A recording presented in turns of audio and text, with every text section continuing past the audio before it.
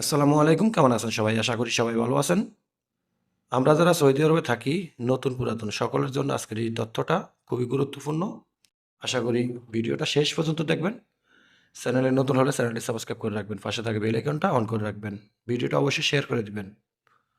পাসপোর্টের কারণে আমাদের সৌদি আরবে থাকা যে প্রবাসীরা আছি, আমাদের সকল ধরনের কাজ বন্ধ থাকবো। প্রায় সকল ধরনের। আপনার হাতে একটা পাসপোর্ট ছিল, সেই পাসপোর্টের মেয়াদ নেই, নতুন একটা পাসপোর্ট করছেন, সেই পাসপোর্টটা যদি আপনি মালুমাত না করেন, মালুমাতটা হলো কি আপনার জাওয়াজাতের যে আফসির অ্যাকাউন্ট বা আফসিরের সিস্টেম থেকে জাওয়াজাত সিস্টেম থেকে নতুন পাসপোর্টটাকে ভেরিফিকেশন করাতে হয়। পূর্বের পাসপোর্টের মেয়াদ শেষ হয়ে গেছে, নতুন পাসপোর্টের নাম্বার দিয়ে এক্সপায়ার ডেট দিয়ে আপনাকে সেটা ভেরিফিকেশন করাতে হবে যে আপনি বৈধ আছেন। আপনার পাসপোর্ট যদি মালুমাত না করা থাকে আপনি কি কি করতে পারবেন না? ১ নাম্বারে আপনি ইকামা রিনিউ করতে পারবেন না।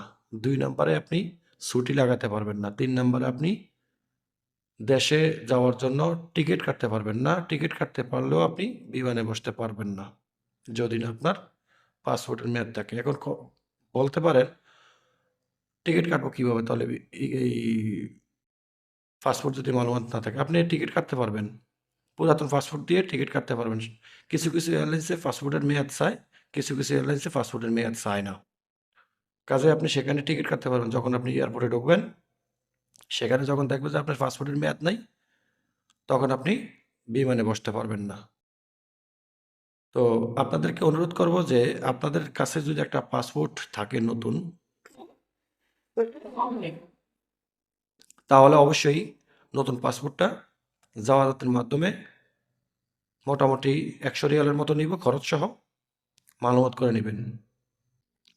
তো এই হলো বিষয়টা। পাসপোর্ট যদি মালুমাত না করেন তাহলে বিপদে পড়বেন। পাসপোর্ট মালুমাত করলে আপনি সকল ধরনের প্রয়োজনীয় কাজগুলো করে নিতে পারবেন।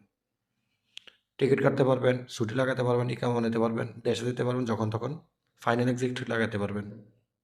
সবাই ভালো থাকবেন, ভিডিওটা শেয়ার করে দিবেন। আল্লাহ হাফেজ।